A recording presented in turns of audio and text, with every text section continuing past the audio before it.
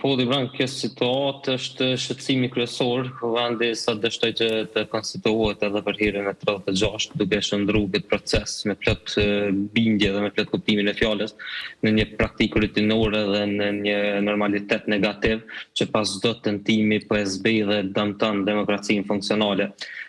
Mos konstituimi po zgjotet përtej çdo pritje normale dhe çdo standardi demokratik në vend të përpjekjeve për dialog dhe arritjes realisht të një marrëveshje, partitë politike po zgjedhin që ta kenë, që të japin prioritet asaj ngërçe të qëllimshëm ku prioriteti kanë interesat dhe egot personale, partijake, por asnjëherë interesin e përgjithshëm publik.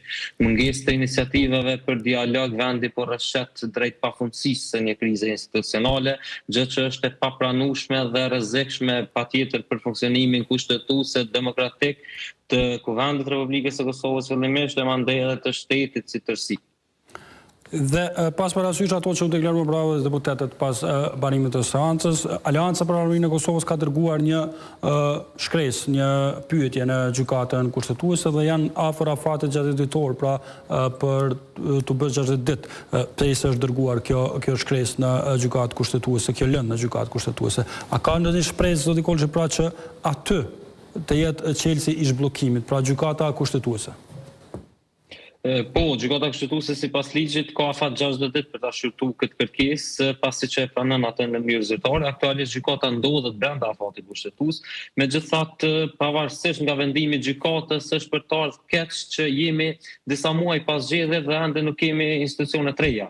Nuk do duhet që të pritej kushtetuesja për t'ju tregu deputetëve rrugën që duhet ndjekur. Kjo është një përgjegjësi politike dhe kushtetuese që do duhet që të ishte e qartë për secilin deputet.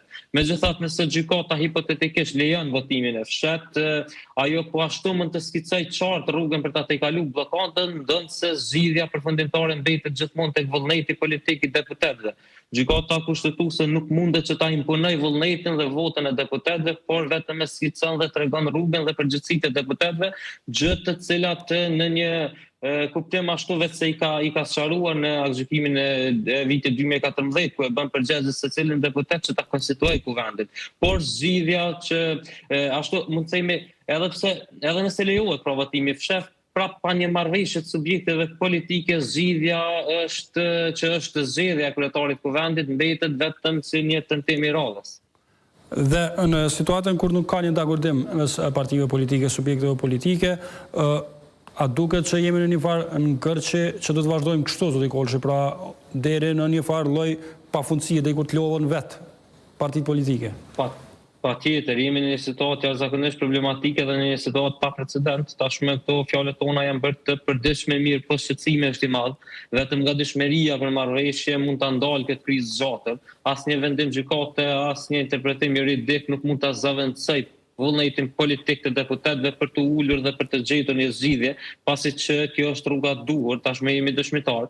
Edhe nëse gjykata kushtetuese pra lejon votimin e fshehtë për komisionin pa marrëveshje, sërish mbetet problematike, pasi që janë të njëjtit deputetë që do të votojnë. Gjykata mund të jap ashtu një skicë dhe një udhërrëfim të detajuar, por nuk mund ta imponojë, siç e thash edhe më herët, votën e deputetëve. Deputetët duhet që të ndalojnë arsyetimet e pafunda se kush e ka fajin apo bartjen e fajit prej një subjekti në subjektin tjetër, por kjo situatë është jashtëzakonisht ashtu e tepruar e lodhshme për qytetarët, fillimisht e mandej edhe për vetë deputetët. I këtë ka paralajmëruar prej kohës se mos konstituimi i kuvendit po na dërgon drejt pasojave të rënda, përfshirë qoftë ato pasojat brendshme, qoftë edhe pasojat të jashtme. Përfshirë edhe bllokimin e fondeve nga plani rritjes së BE-s, që është e pamundur që të arrihet pa pas një marrëveshje të ratifikuar në kuvend. Marrëveshje të ratifikuar në kuvend ne dimë që s'mund të kemi pa pas një kuvend të konstituar, andaj secila nga problemet që ndërlidhet me këtë temë, patjetër që burimin dhe zanafillin e ka tek mos konstituimi i kuvendit dhe të papërgjegjësia, ashtu të themi, e deputetëve për ta konstituar kuvendin. Dhe zoti Kolçi, kam shkurtimisht një pyetje. Në situatën e tillë, pra a është vështirë të shkohet zgjedhje, sepse po përmendet zgjedhje zakonshme, mirë po jashtëzakonshme, mirë po a është vështirë të shkohet zgjedhje pra pa një marrëveshje politike?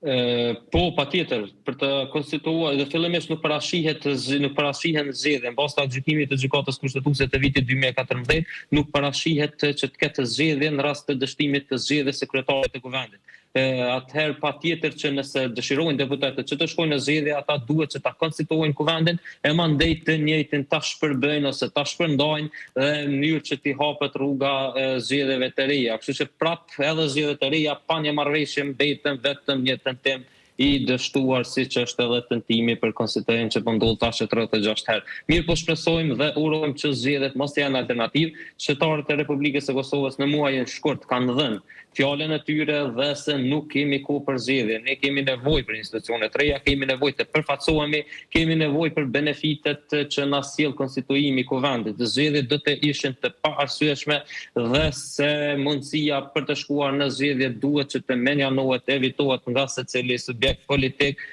duke pas parasysh krizën në të cilën jemi dhe nevojën për një kuvend të konstituar.